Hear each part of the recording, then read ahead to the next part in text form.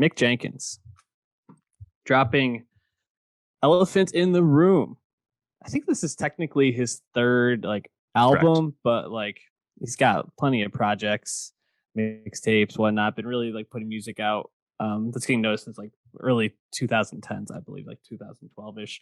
Hmm. Um, just in thinking about Mick Jenkins, I wasn't super jazzed to listen to this album.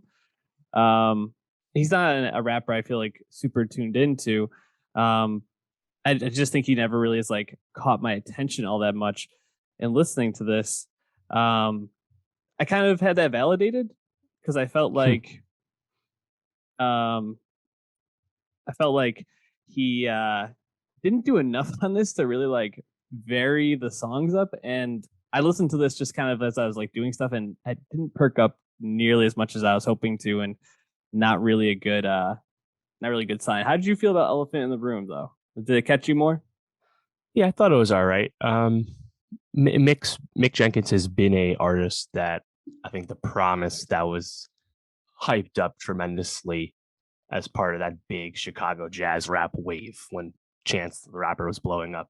That Mick Jenkins promise, it was not one I had invested in as much as say other peers of Chance, like Vic and Saba. There's a no name. There's a ton of people in and around this scene from the last 6 years, and Mick's been one of those people. But I always thought that his storytelling talent is what sets him apart from the other people he's often lumped in with.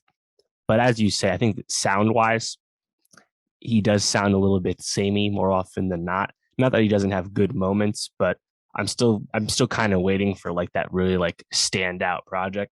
I think there's some nice moments of songwriting on Elephant in the Room, but yeah, as you kind of said, it doesn't drastically change my perception of Mick Jenkins. On the other hand, though, he just seems to kind of be grinding in and out. He had EP come out being in 2020 as well. Seems to kind of just be doing his thing, and that's pretty cool. Um, a lot of those other people he's been lumped in with are getting quieter than I'd like say Tokyo, for example. But Mick, yeah, I think he's just kind of settled in to who he is, and that's cool. But it's not the most groundbreaking thing. Yeah, like you mentioned, it really just fits for that Chicago uh, jazz rap sound. And this is some really smooth, laid back jazz rap. There's not really many moments that switch things up from just that chill vibe, which it's pleasurable music to listen to. It's not like this is poorly made or not well executed, but it just doesn't grab me really. A couple of songs so that I liked. I'd say Contacts stood Mm. out. I thought that was a good track. On was hot. Yeah, enjoyed that one. I liked DUI a lot. I think it might have been the high keys in the background. Doom, doom, Hmm. doom. Caught me. And then I liked Reflection a lot too. I think it's just the way he rode the flow of that song, which is really impressive. But Hmm. what about you? What songs stood out?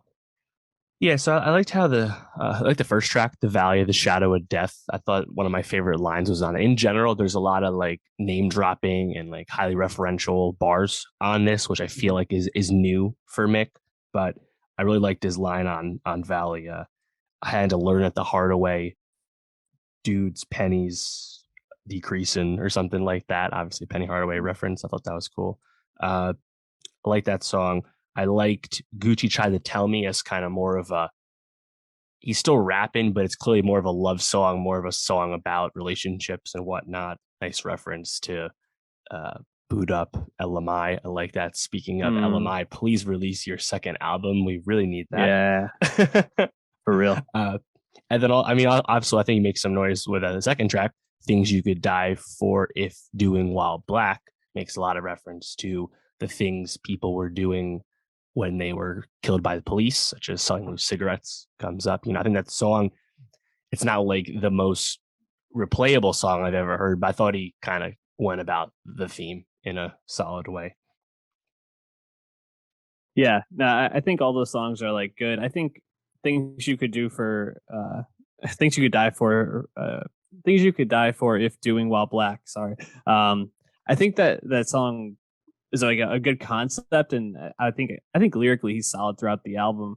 I just think it's so like downbeat, it just kind of fades Yeah. into the back for me. So I think that's just kind of my overall take, and uh, not bad music. He's gonna keep doing his thing, but hopefully he's got something in the future that pops a little bit more for me. But Yeah. he's not making it for me. No, right. And I think because he had such a lower register, like a really like Yeah, bassy, rich but deep voice, when it's also like lower tempo, traditional jazz rap production, it can be perhaps like sleepier than it should be because he has good technical ability. He can rap. And I think if we switched up these production choices a little bit, his style of delivery would sound really good. And like you still get that in spots like Contacts, as you said, that song's really hot. That song goes, but he doesn't often actually make like rapping ass songs like that all that much. So maybe he will in time. yeah. Well, we might throw one of his tracks onto our Nostalgia Best of 2021, so check that out.